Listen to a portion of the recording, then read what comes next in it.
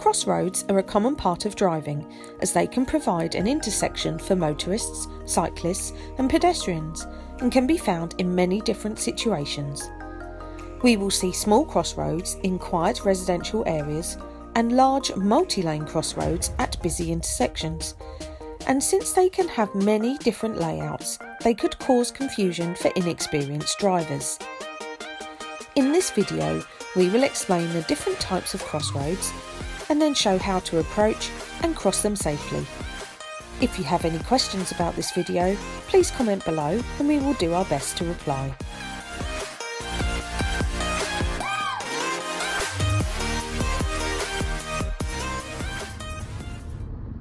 We need to locate a crossroad junction as early as possible, so we can give ourselves enough time to deal with it. To do this, we should always look as far ahead up the road as possible. So if we see a warning or give way sign in the distance, we know what to expect. We might also spot traffic crossing our path or road markings which indicate a junction could be ahead. When driving on quiet residential streets, we should keep in mind that there is often no warning of a crossroads junction. We might just find a give-way line crossing our path.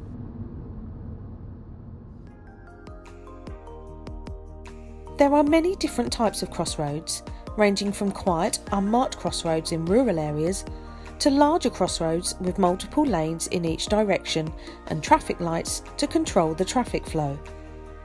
The most common type of crossroad is the standard marked crossroads without traffic lights, so we'll look at this type first before looking at the other variations.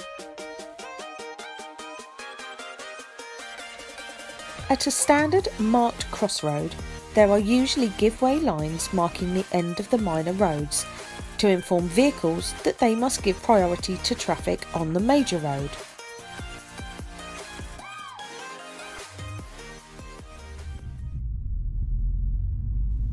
When we are on the major road and driving straight ahead through the crossroad, we have the priority, but should watch out for emerging traffic in case they don't spot us approaching.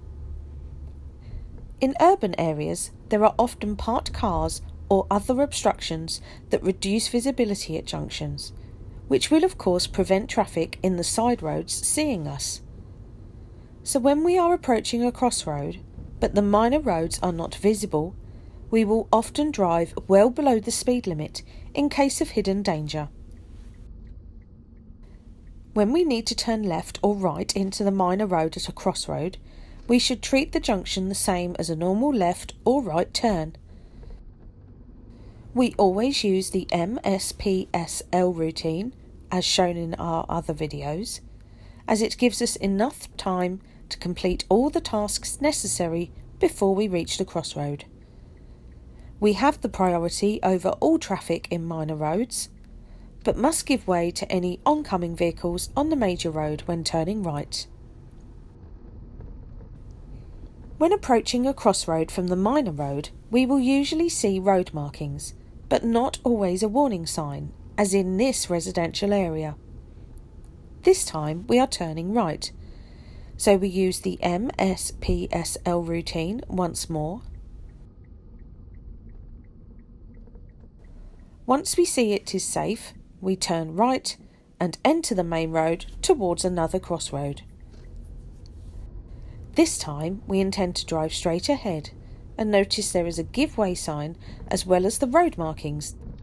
There is no need to indicate, but we can signal to others with our road position, so we angle the car towards the road opposite. We can see the white car is doing the same, so after looking left and right for traffic on the major road, we drive on.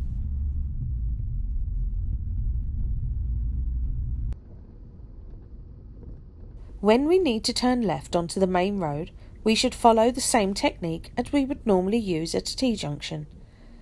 This time there are no vehicles waiting on the other side of the crossroad, but when there is, we will need to decide who goes first.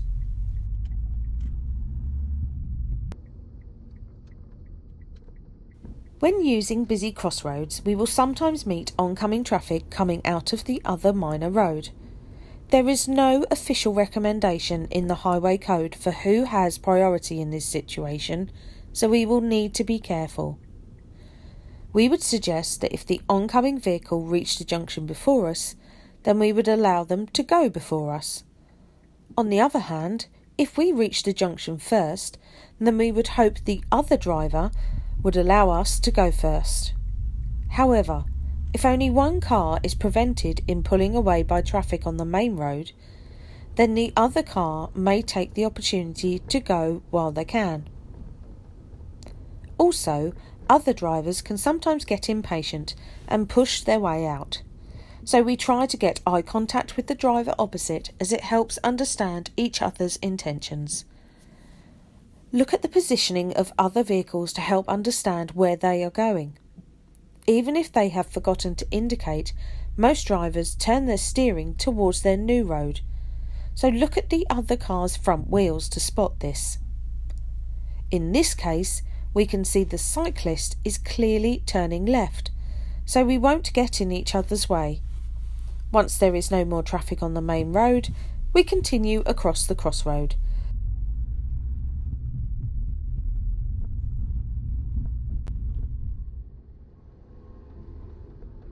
When we wish to allow another driver to go first, we generally stop our car just short of the give-way line and allow the other driver enough time to emerge safely.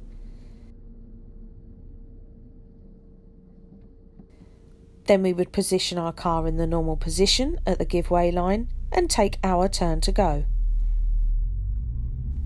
We should not wave or flash our headlamps, as it can cause other people to rush.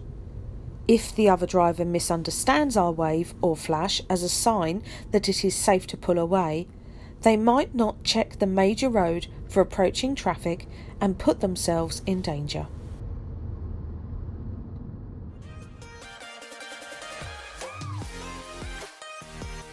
Crossroads will sometimes have traffic lights to control the flow of vehicles and pedestrians. These are often used in busy locations where the use of traffic lights and road markings provide a safer and more efficient system to manage the traffic flow. Although these crossroads provide the highest level of control for all, they do come with their own hazards and dangers, so we must pay attention as we approach this type of crossroad.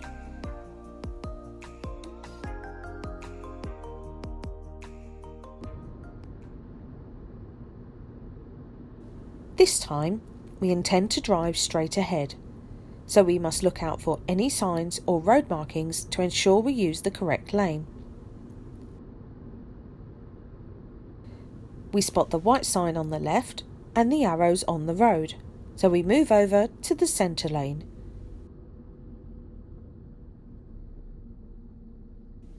If we should ever find ourselves in the wrong lane for our destination, and there isn't enough time to change to the correct lane, then the safest option is to follow the lane we are in, then turn around once it is safe to do so.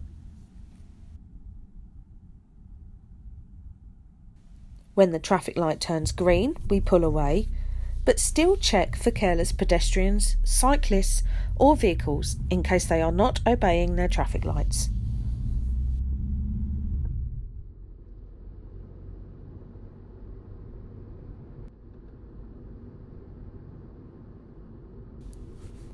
Next, we need to turn right at the crossroad, and we spot there is a separate lane for this purpose. We move over to this lane and stop behind the van. When approaching green traffic lights, we should be ready for the lights to change to amber and stop smoothly if it is safe to do so. Unless it's an emergency, don't be tempted to stop suddenly for an amber traffic light, as it could surprise following traffic and cause danger.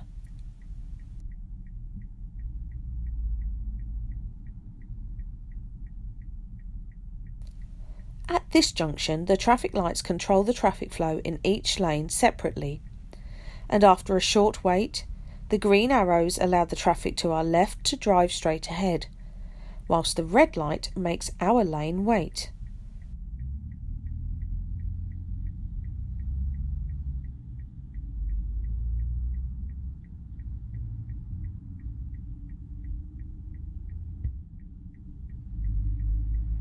Eventually, the green arrow pointing to the right appears and we are free to go.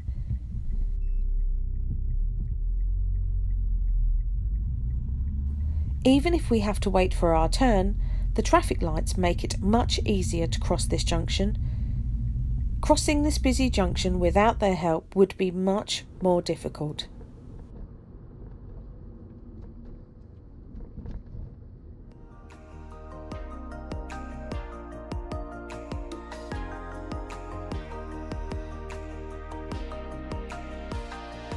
So remember to look out for signs to warn us of a crossroad ahead, turn left or right as at a normal junction, be careful when there is traffic opposite, and stay in the correct lane at large crossroads.